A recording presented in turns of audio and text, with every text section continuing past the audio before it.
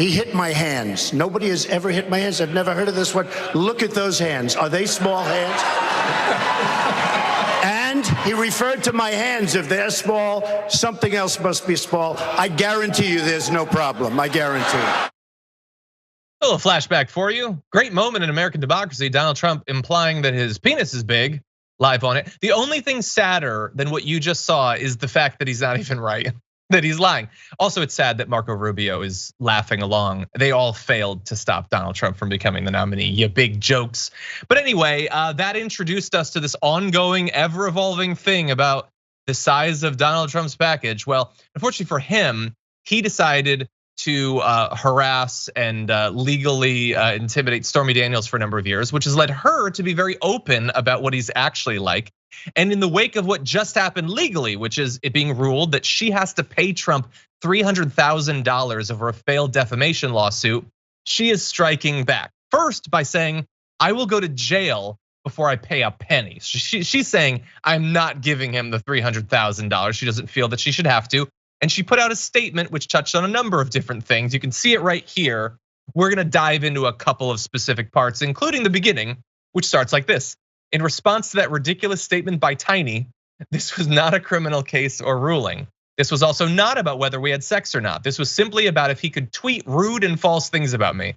So I love that, like, the stakes are $300,000, but she just slips in the reference to him having a tiny little mushroom penis. Again, these are just allegations. It's in the public record. We're putting it out there.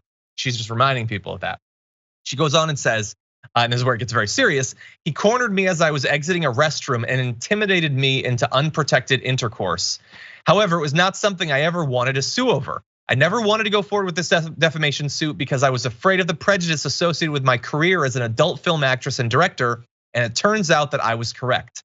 Avenatti, Michael Avenatti, who is in prison right now, I believe, filed the lawsuit without my permission and against my wishes. To be clear, Trump won yesterday on a technicality due to Avenatti's failure to file promptly. That technical ruling, although distressing, does not reflect on anything I have done or my credibility, but is a result of negligence of a criminal lawyer, Michael Avenatti. Which, I mean, she certainly got some points there, and she feels like she had no interest in this going forward. So the idea that she would be on the hook for literally hundreds of thousands of dollars to a guy like Trump, who supposedly has billions, that is a particularly disgusting judicial outcome. What do you think, Brett?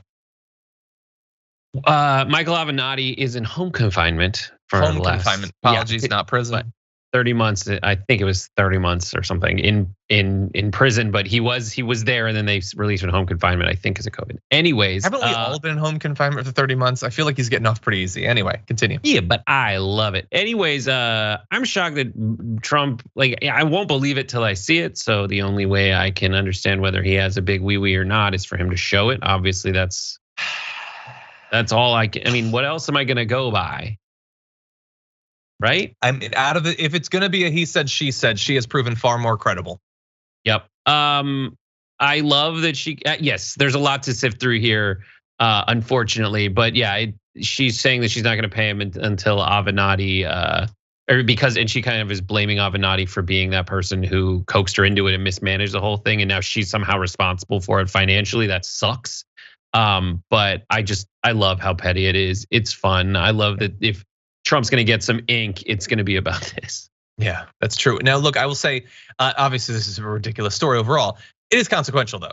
I mean, this is about a defamation lawsuit. It's hundreds of thousands of dollars. And I think that Stormy Daniels is totally right about the way that this particular, like, he has been accused of a lot of bad things by a lot of women. Overall, I think that the media, like, there was coverage of it, but considering the severity of some of the accusations, how many they were over how long a period of time, it still doesn't feel like it got the level of attention that it should have. The fact that she was an adult film star and director definitely colored the coverage of that particular one in a lot of disgusting ways. And I think that she's very right about that. She goes on to say, it's a sad reality that in this country, a known and proven predator can openly brag about assaulting women and become president and be awarded money for his bad behavior. She refers in the statement to him talking about grabbing women by the P word and all of that. It is absolutely disgusting.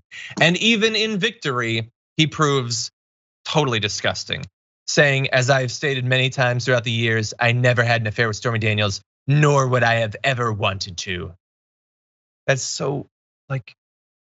Yes, you would have. Like that is just such a disgusting way to frame this unlikely technical victory that he got.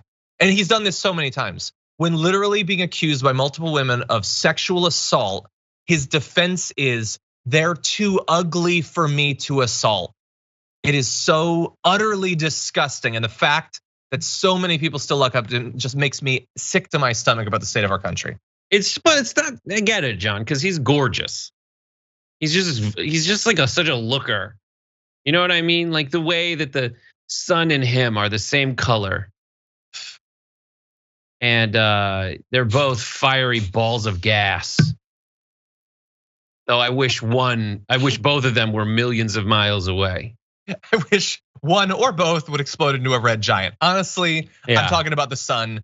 Expand, consume the earth. We're not doing much with it anyway. Anyway, okay, so here's what's gonna happen. I'm gonna read a couple of comments. Brett, do you have a preference on what we go on to next? Do you wanna just go on to the F block to close out the show? Sure, I don't know. You tell me what you wanna do. Yes. Should we do the G block? You do, either one. Sean? Let's save the F block for them tomorrow. Can we move on to the G block? I'm gonna read a couple comments this time for Craig. Craig's a great director, he'll be ready. I'm gonna give him a minute or two. Okay, so here's what's gonna happen. I'm gonna read a few comments. A somewhere place said on Twitch, more like we are the cringe. So both of them picked up on that on the Marjorie Green thing. That's funny. Quasi Zeb says the Marjorie clip is played too often and ruins the overall video. I like the repetition for effect, but I agree. I think you could have cut out 2 of them. Nope, probably. No, I disagree. I like that final cut because listen, everybody forgets that you have to keep it simple and keep coming back to that. Okay. They established the cadence and they kept with it. Otherwise, you're not juxtaposing throughout. Yeah. Anyway, Jamal G sent to a super chat to say Tucker always bitter. Yeah, well, that's what his audience wants. He knows what that's the skill. There's so many people whose only skill is the ability to know what an audience wants to hear, and a complete lack of a core, thus them being able to give it to them. Sophie Shipper sent to a super chat to say, I think it's premature to praise all of her accomplishments before Biden releases her LSATs. That's funny. Andrew says, Tucker, show me someone more fake than Booker going to get him a mirror. I mean, 100%. I actually meant to make that point, but I glossed over. You're 100% right. He literally proved it as he was there.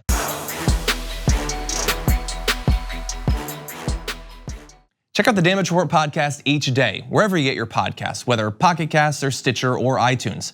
You can join me as I give you the news and stories you want, with a range of co-hosts and interview guests jumping in on the fun each day.